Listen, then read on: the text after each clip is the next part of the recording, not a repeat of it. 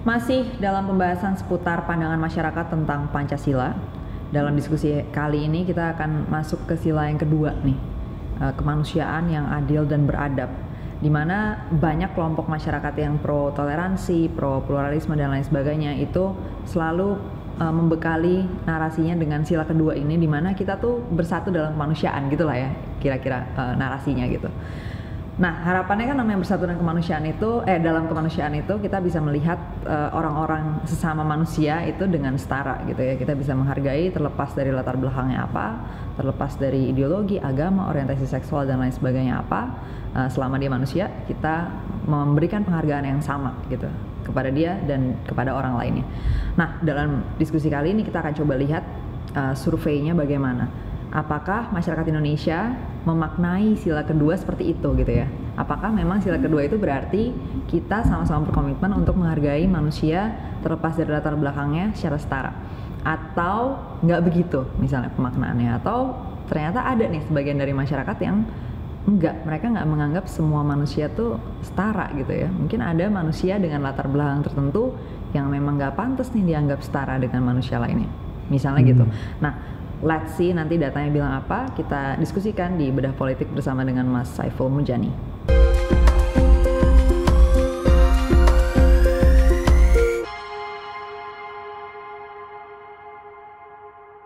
Mas Saiful, sebelumnya kita udah bahas sila pertama ketuhanan yang Maha Esa.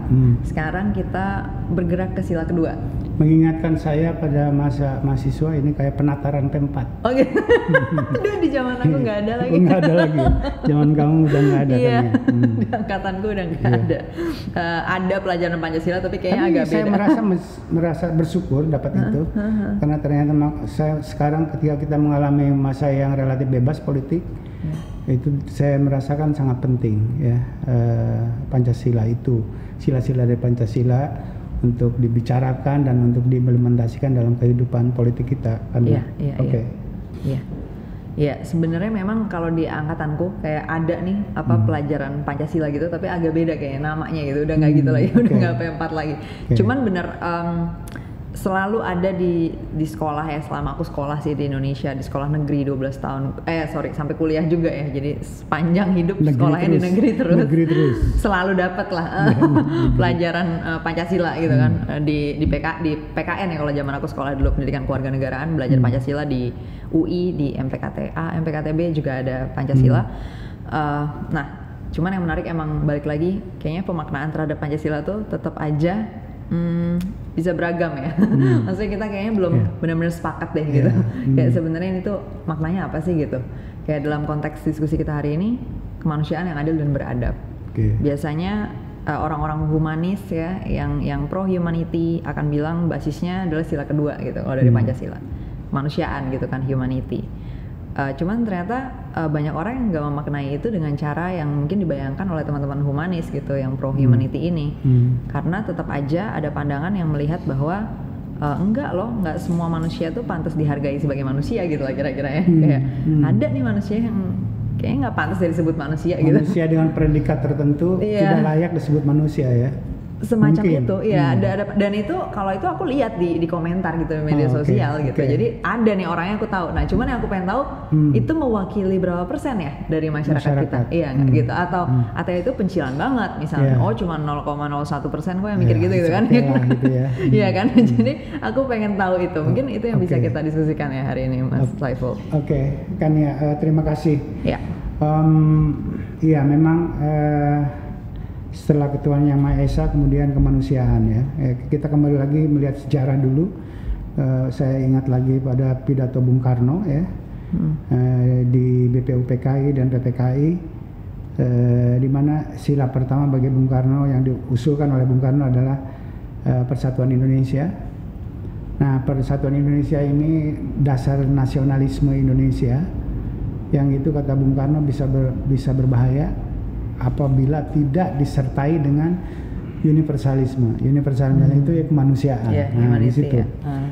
Maka masuklah ide ini. Jadi itu keimbangan persatuan, tapi seperti sebut persatuan dalam kemanusiaan, kira-kira begitu.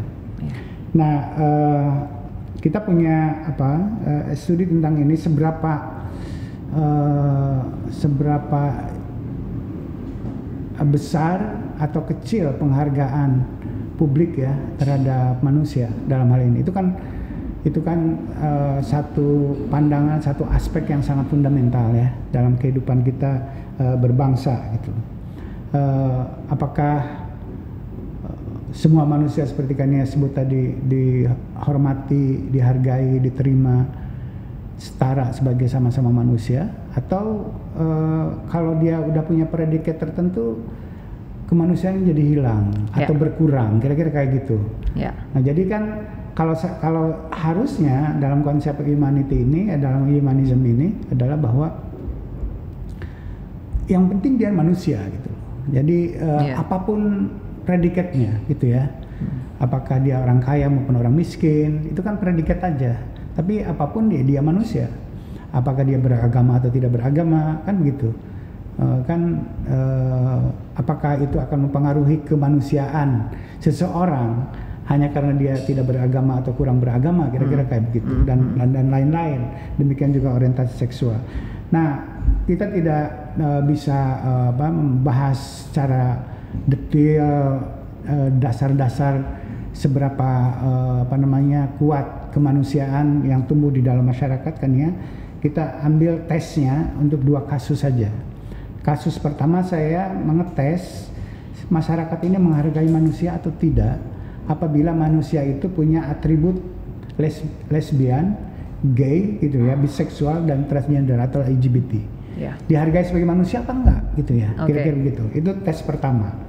Kemudian tes kedua adalah apabila dia beragama Yahudi, ya bisa juga ditanya kalau terhadap orang Kristen, bisa juga ditanya pada orang ateis dan sebagainya kayak begitu ya. Tapi saya ambil 2 kasus ini aja, bagaimana kira-kira di dalam masyarakat kita di dalam survei bulan Mei yang lalu, survei nasional baru ini ya. Ini baru.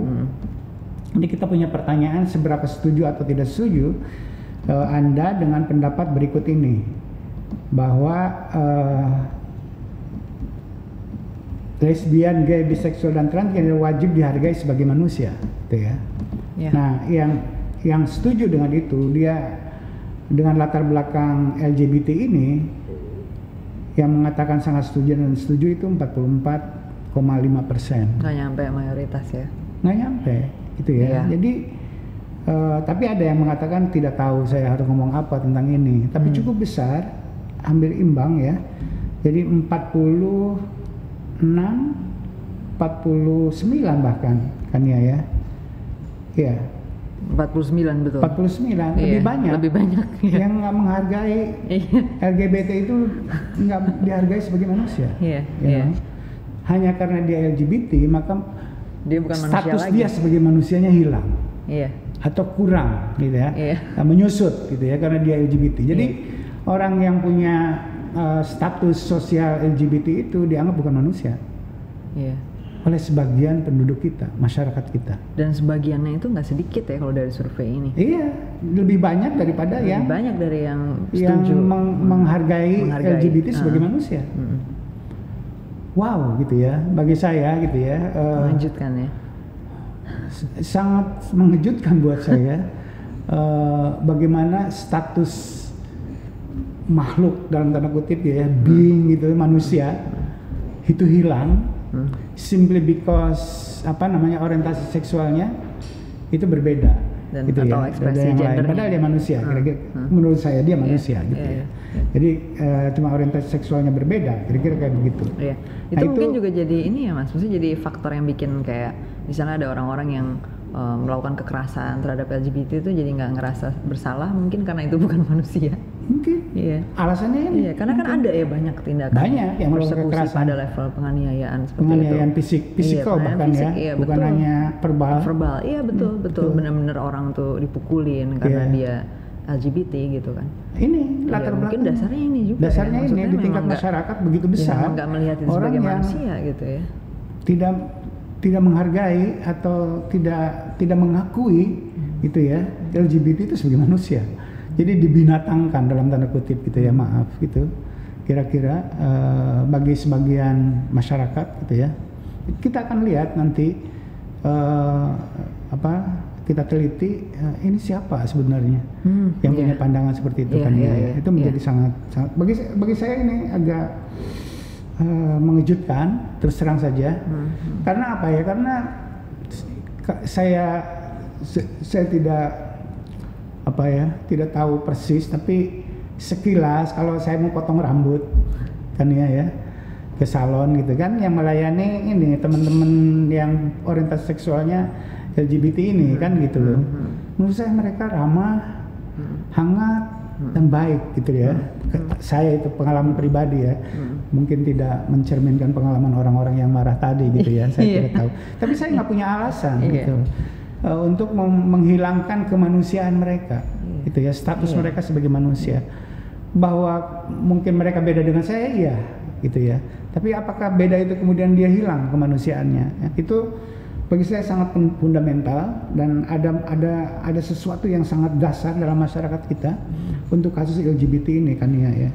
Jadi hampir separuhnya dari mungkin separuhnya, lebih banyak bahkan orang yang punya pandangan yang kurang positif terhadap LGBT gitu, kira-kira begitu, atau bukan positif, tidak memperlakukan secara manusiawi manusia ini gitu loh. Kalau kira-kira soal berpikir positif atau negatif sih bebas ya, maksudnya kita menganggap perilaku itu buruk atau baik ya, itu sih urusan penilaian gitu moral masing-masing ya. Betul. Tapi kalau menghargai sebagai manusia kan harusnya itulah common ground kita kan. Itu harusnya, dasar, sangat dasar itu. Tempat Itulah kita bersatu harusnya di situ. Tapi artinya ternyata enggak apa? juga. Artinya kemanusiaan yang adil dan beradab dalam sila pertama ini maknanya apa gitu ya kan? Ini apa artinya ketika dihadapkan dengan fakta ada LGBT hampir lebih dari separuh atau mendekati 50% kalau yang kan ya yang menjawab tidak tahu dan tidak jawab itu dihilangkan kan ya. Ini disebar secara proporsional, mayoritas betul. Orang tidak menghargai LGBT sebagai manusia gitu ya. Bagi saya itu sesuatu yang sangat luar biasa yang harus mendapat perhatian. Kalau kemanusiaan yang adil dan beradab di dalam sila kita itu berarti itu asing ya. Apa sih artinya itu kemanusiaan yang adil dan beradab bagi orang yang punya pandangan seperti ini tentang LGBT kan ya, menurut saya ya. Jadi itu masalah besar menurut saya. Kemudian samping itu kita juga ngetes ya, apakah kemanusiaannya berkurang kalau dia punya status latar belakang Yahudi ya. Kita bisa tanya pada Hindu, bisa tanya pada, tapi kita mulai Yahudi. Karena dalam studi kita sebelumnya kita menemukan tingkat penerimaan terhadap Yahudi kurang juga gitu ya, walaupun tidak mayoritas. Kita dapat di sini orang Yahudi wajib dihargai sebagai manusia, ya mayoritas. Jadi 60% gitu. Tapi cukup banyak yang tidak. Jadi ada lebih dari 31%. Itu banyak juga, 31% itu ya. Jadi ini sesuatu yang penting didalami. Kemudian yang 31% ini siapa gitu loh. Bukannya kita agen Yahudi gitu ya dalam konteks ini, tapi kita bicara tentang manusia gitu ya. Orang dengan status sebagai orang Yahudi itu bisa dihargai sebagai manusia apa enggak gitu loh. Bagi orang yang 30 ya bukan manusia kan Yahudi itu kan sering muncul kan di dalam pembicaraan dasar Yahudi loh. Jadi seolah-olah bukan manusia gitu ya. Ada dalam pembicaraan semacam itu. Itu kan ya. Jadi kita melihat dengan dua tes itu, LGBT dengan Yahudi. LGBT kita jelas tidak lulus gitu ya. Yahudi ini lulus, tapi lulusnya cuma C, ya kan? Kita kan ingin A, kan gitu ya kan? Kalau mau sempurna semuanya ya nggak mungkin lah. Katakan ya 10% oke lah, dapat 90 kita. Ini kan belum, baru 60 jadi C aja gitu. Jadi ini masih ada agenda penting soal sila pertama, sila kedua Ketuhanan Yang Maha Esa ini. Dalam prakteknya ketika dihadapkan dengan kenyataan manusia dengan latar belakang seperti itu ternyata tidak tercermin. Ideologi itu nggak ada gitu loh. Terutama pada LGBT tadi kan ya. Jadi hilang apa yang disebut dihafal kan ya tadi disebut PPKN ya dari SD sampai di UI kuliah sampai kuliah negeri terus dari bawah sekolahnya juga gitu ya. Yeah. Ternyata nggak ada gitu loh untuk kasus itu ya. Jadi atau jangan-jangan gitu ya. Bagaimana ketuhanan yang Maha Esa, kemanusiaan yang adil dan beradab tersebut ditafsirkan dan disosialisasikannya secara diskriminatif terhadap kelompok-kelompok tertentu, bisa jadi gitu ya, bisa dalam betul. prakteknya gitu. Betul. Kan ya. Oke. Ya mungkin itu yang menjadi PR bisa survei berikutnya ya Mas.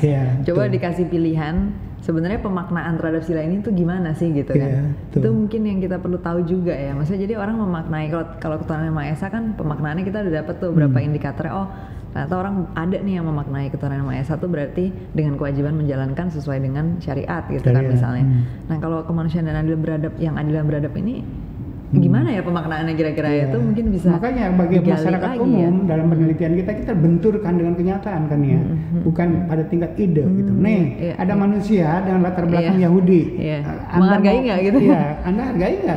Kalau enggak berarti pemaknaan terhadap kemanusiaan ini gimana ya? Iya, itu dia. Jadi ini ada LGBT juga, gitu ya. Mayoritas ternyata tidak menerima dia sebagai manusia gitu. Jadi itu tantangan yang menurut saya serius ke depan. Kita dalam kehidupan publik kita, dalam kehidupan sivik kita kan ya. Cukup dulu untuk diskusinya kali ini. Nanti kita akan coba dalami di sesi diskusi berikutnya tentang latar belakang ya. Kita cek juga nih latar belakang sosial, kelompok sosialnya atau latar belakang lainnya seperti apa yang mungkin berhubungan dengan pandangan ini ya. Kayak mungkin ada yang emang cenderung jadi lebih tinggi nih kalau latar belakangnya seperti ini gitu ya. Nah, itu yang akan kita diskusikan di episode berikutnya. Jadi silakan ditonton nantinya. Untuk yang episode kali ini kita cukupkan dulu, sampai ketemu di Bedah Politik berikutnya.